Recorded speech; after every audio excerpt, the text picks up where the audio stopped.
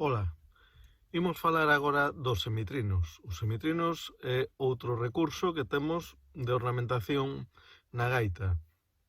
O semitrino ven sendo, aí atrás falamos dos xiros, ven sendo como un xiro, pero a inversa, ou por decirlo tamén de outro xeito, xusto antes da nota principal. O xiro era despois da nota principal, cando vamos cara a outra. Vale, isto é xusto antes da nota principal, cando que consiste, ademais, en dous mordentes, igual que o xiro, pero en dirección oposta. Cando facíamos o xiro, dábamos un mi, e para ir ao re facíamos mi, fa, mi, re, vale? Pois aquí, para entrar nese mi, se facemos o semitrino, temos que facer mi, fa, mi, e quedámonos no mi. Pero mi, fa, mi moi rápido, vale? Por lo tanto, son eses dous mordentes que temos que facer moi rápido, temos que facer forza no dedo. Hai quen lle chama estos semitrinos, chamalle rebotes, ben chamado, porque o dedo o que fai é rebotar, baixa, sube e volve a baixar para facer ese adorno. Cada nota ten o seu semitrino, porque o semitrino consiste na mesma nota principal a donde imos, a nota superior, por exemplo, se vamos a un mi, como decía antes, consiste nun mi moi pequeno, con pouca duración, a nota superior que o fa con moi pouca duración tamén, e logo volvemos a cair na nota principal. Por lo tanto, sería este movimento, mi, fa, mi, vale? Pero mi, fa, mi, e logo o mi queda dando toda a súa duración, sexa cal sexa.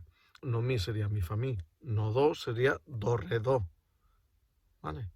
No re, re, mi, re, no mi, mi, fa, mi, no fa, fa, sol, fa. Este semitrino sempre vai aparecer cando vayamos dunha nota superior a unha inferior.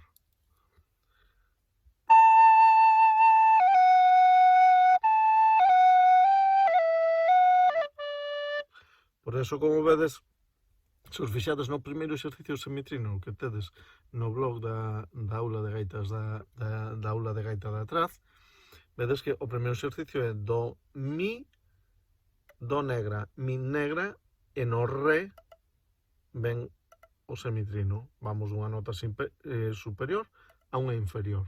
Do, mi, re, mi, re. Do, mi, re, mi, re, pero ese re, mi, re é moi rápido. Ese rebote, precisamente, ten que ir rápido. E temos que facer forza no dedo para que sube e, sobre todo, para que baixe por segunda vez máis rápido.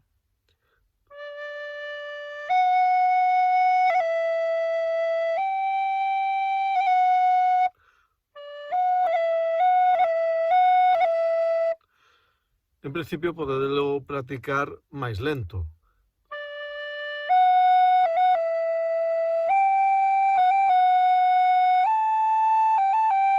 Para sincronizar o movimento do dedo, pero tendo en conta que logo ten que ser rápido, porque despois no medio das melodías, no medio dunha muiñeira que é rápida e as notas duran pouco, ese semitrino ten que ser moi pequenísimo para que a melodía discurra con nitidez, vale?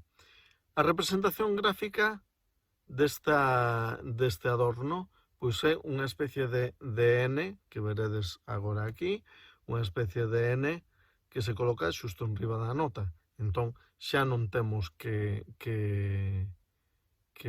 pensar, se vemos aí dúas notas pequenas, non. Vemos esa abreviatura, e o que temos que pensar automáticamente é que a nota principal coa súa nota superior. Por lo tanto, ese rebote. Antes estaba enumerando as notas e o seu semitrino. Quedeime no fa, sol, fa. Cando no sol sería sol, a, sol. No la, si, la. Pois como vos decía, imos facer o primeiro exercicio para que vexades como funciona. Lembrade que o movimento dos dedos ten que ser rápido, vale? Para logo, cando teñamos melodías máis rápidas ou máis lentas, pero o semitrino sempre ten que ser comprimido para que a melodía discurra coa maior nitidez posible.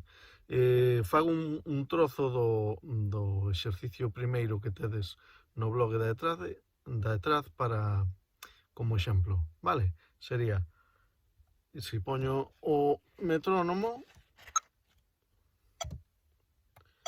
notaredes que cando baixo o dedo por segunda vez é cando entra a duración da nota principal.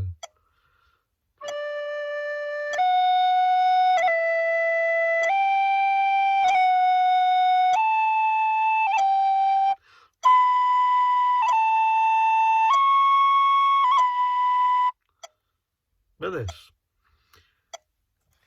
Espero que entenderades toda esta cuestión dos semitrinos e vémonos nas próximas grabacións que poñamos a vosa disposición. Moitas grazas pola vosa atención.